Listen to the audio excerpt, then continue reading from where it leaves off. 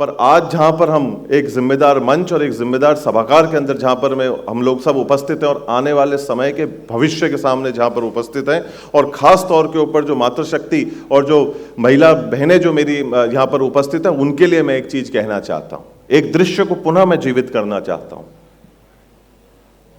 और उसके लिए मैं आपको कहूंगा कि जब तक मैं मेरे इस बात को और इस विचार को मैं पूरा करता हूं, मैं ये कभी नहीं कहूंगा कि आप लोग उस बात के ऊपर कभी ताली बजाइएगा। मैं आपको ये कहूंगा कि उस सोच को सुनने के बाद, और अगर वो आपके हृदय के अंदर अगर जगह कर ले, उसको महसूस होने के बाद में अगर आप अपनी तालियों को रोक सको तो रोक लेना। अगर उस सोच को आप सुन लो और समझ लो, तब मैं आपको ये वादा करके इस बात को मैं आपको बोलता हूं। और हम लोगों को ज़्यादा दूर जाने की जरूरत नहीं है। वो प्रेरणा स्रोत हमारे लिए इसी सभागार के अंदर उपस्थित हैं, यहीं मौजूद है। केवल अगर ज़रूरत है तो उसको पहचानने की, समझने की, और अपने रोज़मर्रे के दिनचर्या के अंदर उसको अपने आत्मा में, रगों में, मन में, हृदय में उतारने की। और किस्सा कुछ ऐसा है साहब, एक मैच चल रहा था, हम लोग सब उस समय पे जो है वो टीवी को लेकर जो है वो बैठे हुए थे। लोग उस समय पे जो है उस जीत की खुशी का शायद जश्न मना रहे थे, और मनाना भी चाहिए। जब अपना देश जीतता है या देश कहीं ना कहीं अपने नाम को सुनहरे अक्षरों के अंदर जो है वो चिन्हित कराता है, तो बड़े फख्र की बात है, होना भी चाहिए।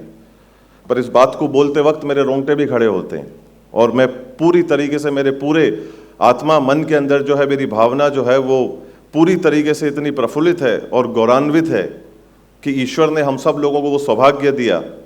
इस देश के अंदर पैदा होना भाग्य की बात थी, स्कूल के अंदर पैदा होना सौभाग्य की बात है, ये हमेशा याद रखना।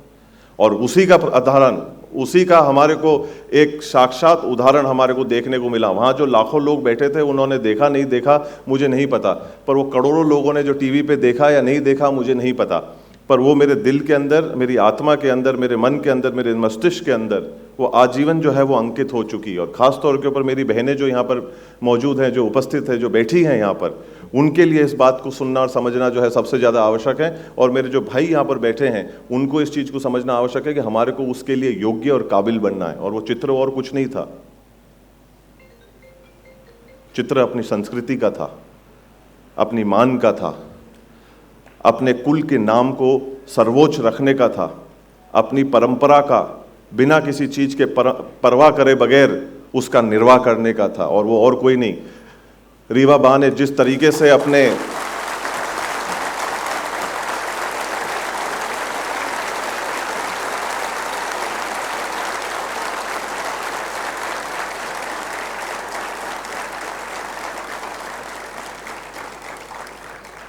मैंने ये कहा जरूर था कि मैं आपको ये नहीं कहूँगा कि आपको ताली बजानी चाहिए, पर मैं ये ज़रूर कहूँगा कि ऐसी सोच के लिए और ऐसी नारी के लिए जिसने अपनी संस्कृति को बिना किसी चीज़ के परवाह करे बगैर जिंदा रखा करोड़ों लोगों के सामने, उसके लिए तालियां कमज़ोर थीं।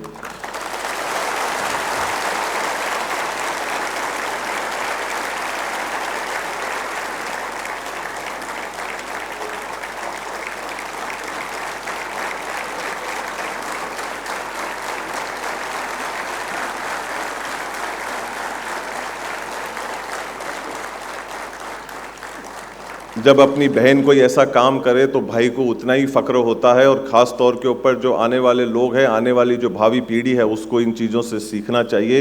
इस संस्कृति हमको सीखना चाहिए। मेवाड़ इस सोच को नमन करता है, प्रणाम करता है, वंदन करता है।